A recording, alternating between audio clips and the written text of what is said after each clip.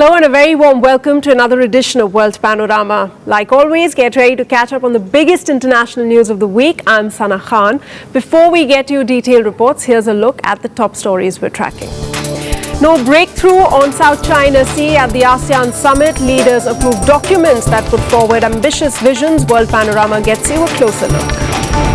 US shutdown helps China take Apec center stage. Australian PM pledges to finalize FTA with China in 12 months. Chemical Weapons Watchdog Organization for the Prohibition of Chemical Weapons wins 2013 Nobel Peace Prize.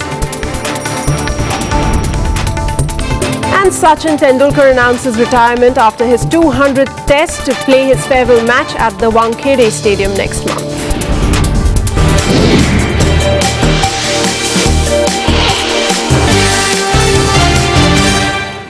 Our top story this week, leaders of the 10-member Association of Southeast Asian Nations or ASEAN gathered in Brunei for the 2013 US-ASEAN, China-ASEAN and East Asian summits as well. Now with the US President Barack Obama absent, Chinese leaders have been able to bask in the spotlight at these summits this week. That allowed them to highlight their stances on contentious issues, especially the territorial ones involving the South China Sea. Obama had been expected at the summits in Brunei to push for a regional maritime code of conduct that could help avert armed clashes in the disputed waters. The 11th summit meeting in Brunei between India and the 10-member Association of Southeast Asian Nations came at a moment of heightened expectations about our role in the Asia-Pacific region. Now, India will soon have a separate mission dedicated to handle all its ASEAN-related activities and mechanisms. The 10-nation ASEAN is central to India's 21-year-old Look East policy, and there are 27 different mechanisms at least at work now, spanning diverse fields.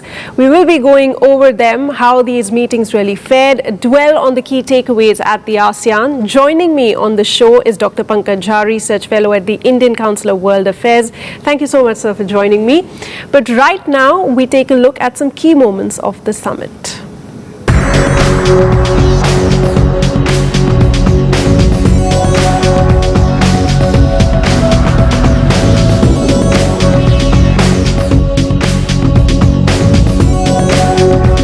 On the 10th anniversary of the China-ASEAN strategic partnership, China tried to allay the fears of its Southeast Asian neighbors, wary of its claims on the South China Sea. The Chinese Prime Minister calling for an end to the tensions on the issue. 南海争议应当由直接当事方通过协商和谈来解决。 Analysts point out that even while it is talking peace and promising trade, China is still holding its ground on its claims to most of the South China Sea. On the trade front, Lee called for doubling the China-ASEAN trade to $1 trillion by 2020, from about $400 billion at present. At the time, our citizens and the entire world are watching closely on us. It is extremely crucial for us to show unity in fulfilling our common objectives. Based on those fundamental ideas, we had formulated the theme of the 2014 ASEAN Chairmanship as moving forward in unity towards a peaceful and prosperous community. According to observers, China's gain was America's loss. President Barack Obama was expected to gain from the summit before he cancelled his appearance. Obama had promised to lend his weight to calls for a speedy agreement between China and ASEAN on a code of conduct at sea. China's efforts seem to have the desired effect, with even a vociferous critic like the Philippines welcoming the thaw. The ties among our nations. I think all of you know this from the engagement that we have on individual basis with you as well as collectively through ASEAN, that those ties have been strong for decades now, and we know that strengthening those ties on security issues, on economic issues, and more, on our people-to-people relationships, are a critical part of President Obama's rebalance to Asia. That rebalance is a commitment. It is there to stay. Peace and stability in the region was the focus for India, the Prime Minister calling for steps to combat transnational crime.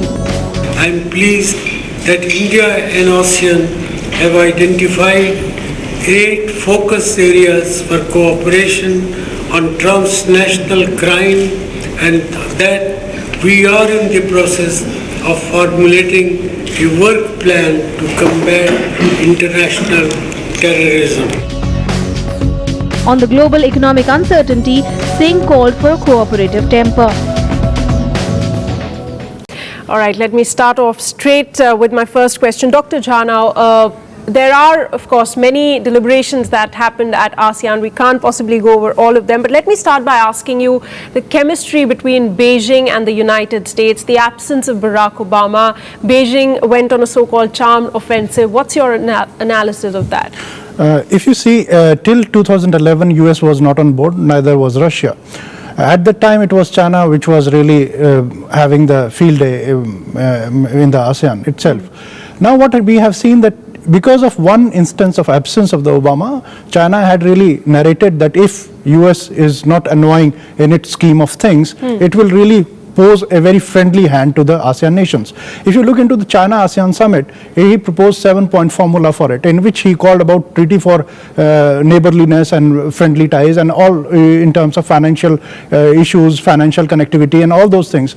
So it shows that, look, if US is not around, I am going to play as a big nice brother. But the problem is whether the ASEAN nations have bought that agreement or not. To my mind, I believe the ASEAN were hesitant because they knew what were the all things which were really happening. And the best part was Philippines and China had some really diplomatic issues during the meet itself, which shows even within the ASEAN people, the diplomats are not very comfortable that how China is really going to build up confidence among themselves, because which has been lost in the last 2 years or so. So and US again reinforcing the fact that, look, we are here, we have the US Asia strategy policy, we are rebalancing in it. So this shows that the whole issue in and around this whole summit, be it the ASEAN summit with the dialogue partners and East Asia summit itself, the thing was the tug of war, the diplomatic jugglery was being played out over there. But the punchline was that China's argument was not bought by many of the ASEAN nations, though the statement which came out subsequently was much more toned down when we see the overall statement. All right, we have known about the recent skirmishes of China with Vietnam and Philippines over the South China Sea. Maritime disputes featured high on the agenda in the ASEAN summit, and there's no denying that. But Lee then assured the ASEAN nations that peace will be maintained and in this particular area. And you're saying most of the nations didn't really buy Chinese arguments. But having said that, where does the summit, how do we see the South China Sea dispute post the summit? We obviously know India's stand all along has been the same on it. If you see the last 1 year of development itself, China really, to some commentator, harassing the nations like Vietnam and Philippines. You find US really embarking back to Philippines in the terms of mini Subic Bay, Vietnam itself hosting, US ships in its Da Nang and other ports, which shows that US is seen as a guarantor of the security. And China has somehow lost the confidence among the ASEAN nations. If you see the turn of events all across, Philippines took the South China Sea issue to the permanent arbitration council, to which China said, I won't be attending all those meetings. Now this shows that China wants all those South China Sea issues to be dictated as per its own terms. It unilaterally declared a ban on fishing in the summer months, June to August or something like that. Now it shows that, look, I am on board only when you buy whatever I want to say. I want to take even the 2002 declaration of code of conduct of the parties. I want the code of conduct to be completely in line with the declaration of code of conduct on the South China Sea. Now, DOC is a very voluntary sort of an agreement. If you make a big structure on that itself, which means there will be some issues in terms of dispute settlement as well as demarcation of the maritime boundaries. Now, the whole thing is a little bit cumbersome in terms of defining who is on the better side and who calls the shots in it. So, therefore, I believe that the whole incidents in terms of which is known as Chinese assertiveness, be it in the East China Sea or the South China Sea, is seen that it's giving the leeway to the US to really come back to the region and assert that it's the prime guarantor, prime mover in all the affairs in this region itself. All right, coming now to India, the India-ASEAN summit. This has been the first after the relationship had been elevated to a strategic one. Earlier, it was more of an economic one. How did you see the developments regarding India? In the summit itself, you see the Prime Minister Manmohan Singh highlighted 2-3 major issues, especially in terms of English language training issues and entrepreneurial development centers, which is a good initiative because we know we are likely to grow as a knowledge and service center in Asia in the coming decades. Now, given these resources that we have, and we are rich in that, that approach is very good. He also highlighted that we need to really streamline the educational qualification recognition because mutually recognition agreement is very important so that we can promote our services in all these nations. Now, these irritants, if it can be removed, I think the ASEAN nations will be very fruitful area for us to go towards in terms of trade and investment and education and all those things. On the strategic parameters, I would like to say that in terms of security itself, India is using the least common denominator, which is acceptable to all, be it in terms of terrorism or transnational crime and all those things. And if you see the defense cooperation agreement with all the major nations, all the countries want India to really come on board and train their forces, the soldiers. Because if you see the history of the Southeast Asia itself, they have more authoritarian regimes in which military used to play a very important role. Now they want a professional military, and for that India is the best example for them. So would you say it's a +1 then for India in terms of its Look East policy? It did some good there at ASEAN. Yes. Okay, now presently India and ASEAN are on the cusp of a free trade agreement, the FTA in services and investment. The trade between India and ASEAN stands right now at about $76 billion, but that shows there is so much scope for improvement there, isn't it? Usually whenever we take the terms of reference in terms of trade and economic ties and all those things, it is usually seen that India is the main culprit because it's just not opening up in terms of liberalization and other issues. But if you see the ASEAN nations itself in terms of services agreement itself, they said that look, we will define certain sectors in which your skilled labor can come. But in others, we have certain reservations. Now, in terms of trade, you see that they have the biggest benefit. Their export volume is double that what we import from these countries, but they have certain reservations, which I think is on the part of ASEAN. They need to really tone down their sensitive and negative list so that we can go more positively into their services sector, especially in terms of financial, banking institutions and all those things, and also investment. So, because most of the private sector companies which want to go over there, they want that we need a protective shield from the government, that there should be a better political understanding among the nations of ASEAN and India, which I think we are progressing very slowly but good. All right, slow but steady. Thanks so much, Dr. Pankaj, for joining me on World Panorama and giving us those really important points regarding the ASEAN summit. It's been a pleasure having you on the show. Thanks. All right, with that, we take a very quick break. As violence continues unabated in Egypt, the US has partially suspended military aid. Now, that and much more is coming up in just a minute.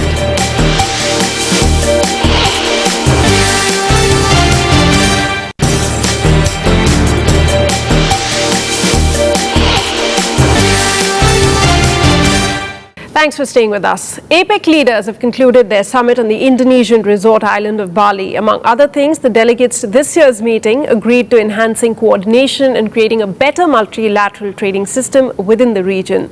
At the close of Apec 2013, Indonesia handed over the Apec chairmanship to China, which will host Apec 2014.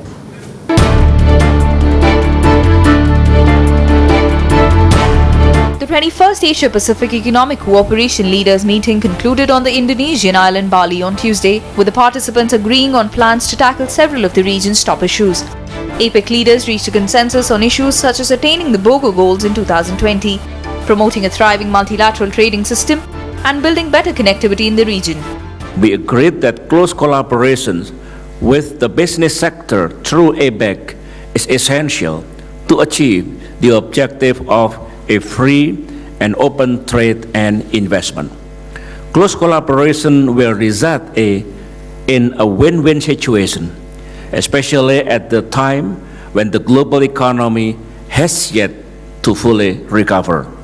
Now that we have all these agreements and commitments, we must show to the world that APEC will continue to play a significant role in global economy. I believe that all APEC economies will share responsibility to live up to these commitments. In a 23-page joint declaration, the leaders agreed that global growth is too weak. The group said they would implement prudent and responsible economic policies. On day one of the meet, US Secretary of State John Kerry, filling in for Barack Obama, told businessmen in Bali that his country was committed to ongoing talks to draw up a Trans-Pacific Partnership Pact. We understand how critical this is. At its core, TPP is about generating growth for our economies and jobs for our people by unleashing a wave of investment and entrepreneurship all across the Asia-Pacific. And at a time when all of us seek strong and sustainable growth, TPP is creating a race to the top, not to the bottom. APEC has 21 member economies, which account for 54% of the global gross domestic product. They are expected to grow 6.3% in 2013 and 6.6% in 2014, according to the International Monetary Fund. China is to host the next year's APEC summit. And in a dramatic shift toward a major Arab ally, the Obama administration announced suspension of significant military aid to Egypt on Wednesday over the bloody crackdown on the Muslim Brotherhood. The move, involving hundreds of millions in U.S. assistance to the Egyptian military, is the culmination of months of debate within the administration about how to respond to the July 3rd ouster of former President Mohamed Morsi, Egypt's first democratically elected leader. At least 51 killed, over 250 injured in clashes between Morsi supporters and security forces on the 40th anniversary of the war against Israel. Barely hours later, Egypt witnessed more deadly clashes. A car bomb killed 3 police officers and injured 48 people in front of the security headquarters in Al-Tur in southern Sinai. Similar clashes are almost a daily feature now for the violence-hit country. Disappointed by the Egyptian military's crackdown on protesters, the US has temporarily frozen some of its military aid, including deliveries of tanks, F-16 aircraft and missiles, and $260 million in cash. The US has struggled to define its policy towards Egypt ever since the 2011 popular revolution that toppled its longtime ally Hosni Mubarak, who ruled the country like a dictator for 3 decades. Meanwhile, in what could further fuel tensions in Egypt is ousted President Mohamed Morsi's trial. He'll stand trial on 4th November on charges of inciting the killing of protesters, a prospect sure to raise concern in Washington. والله أنا شايفها محاكمة ضلالية. ليه؟ لأن ما فيش حاجة اسمها تخابر مع حماس أو تخابر، لأن الأمر ده كله بيبقى تحت الأمن الوطني وتحت المخابرات والكل بيبقى عارف. يعني لازم يبقى في مخابرات، إنما دي حاجة ملفقة. دي شايفها حاجة ملفقة. The trial could further inflame tensions between the Muslim Brotherhood and the army-backed government and deepen the political instability that has decimated tourism and investment in the most populous Arab state. Well, much else has been unfolding around the world. Here's a quick wrap of other international news of the week.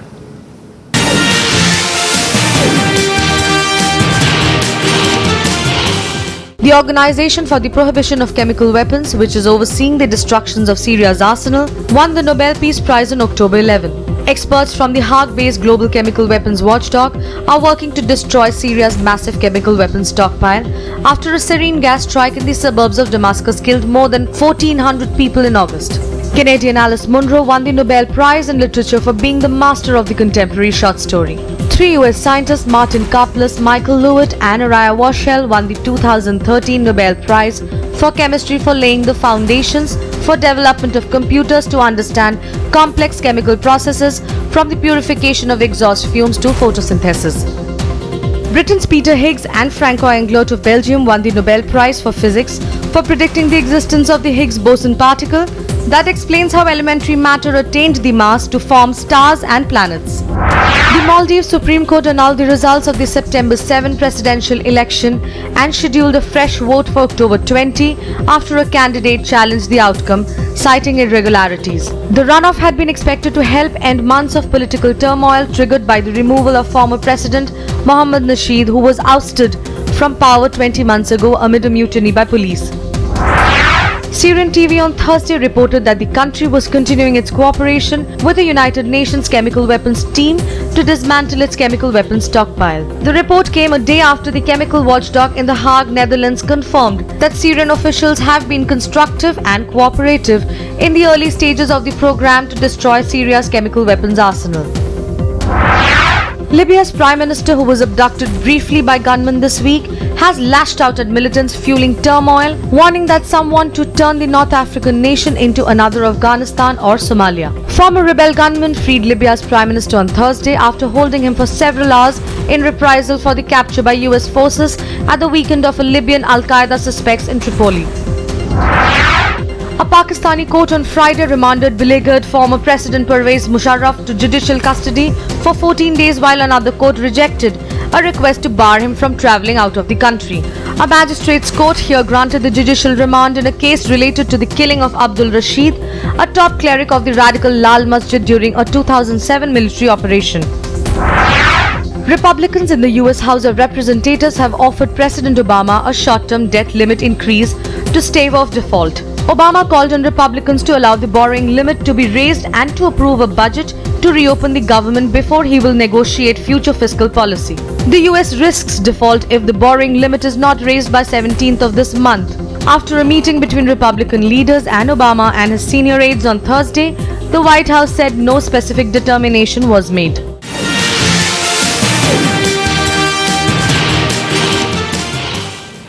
Shifting gears, time to bring you up to speed with all the sports news that you might have missed through this week. Here's all the sports action.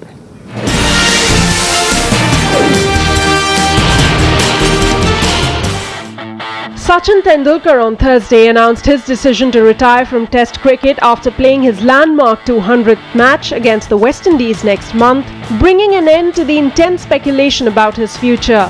40-year-old Tendulkar, who's not been in the best of form in recent times, has informed the BCCI about his decision to quit Test cricket after a glorious career spanning 24 years. There was intense pressure on him to bid adieu to Test cricket after a prolonged form slump, and particularly with the advent of a number of young players.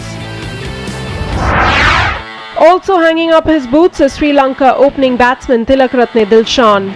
Dilshan is retiring from Test cricket to make way for the next generation, but will still be available for the shorter forms of the game.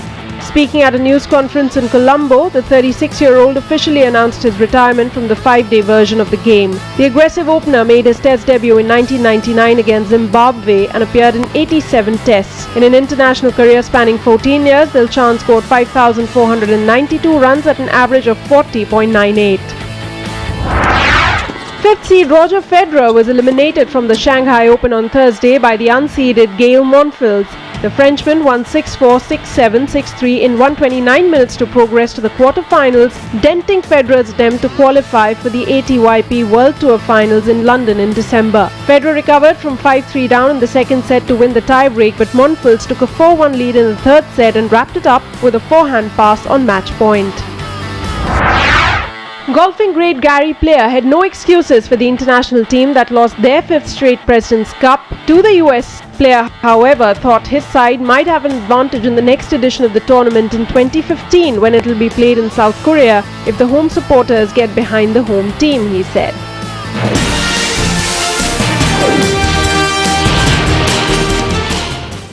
Time now for the very latest news from the world of movies, music and lifestyle. Here's our entertainment wrap.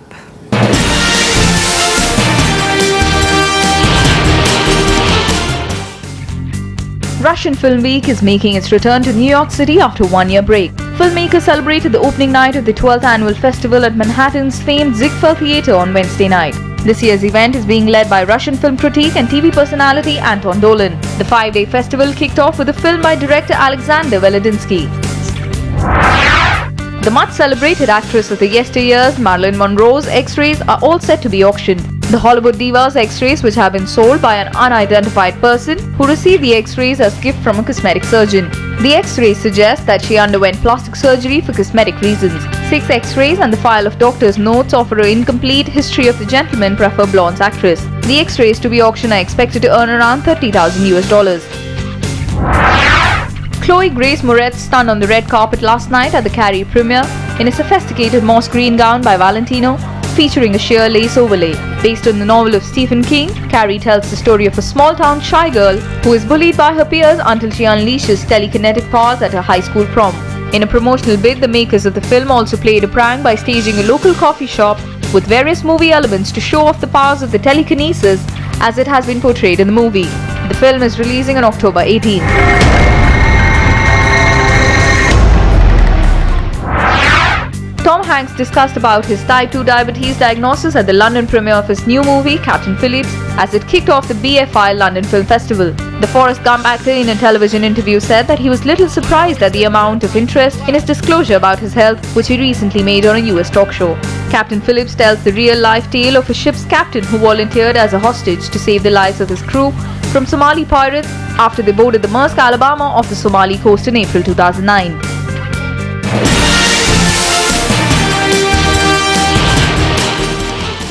And that's all we have for you in this edition of World Panorama. See you next week, same time, with more international news. Till then, you can follow us on Facebook and Twitter. This week, I close the show on a rather colorful note.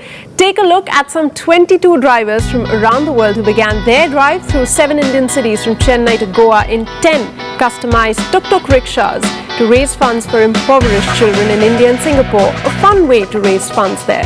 Goodbye.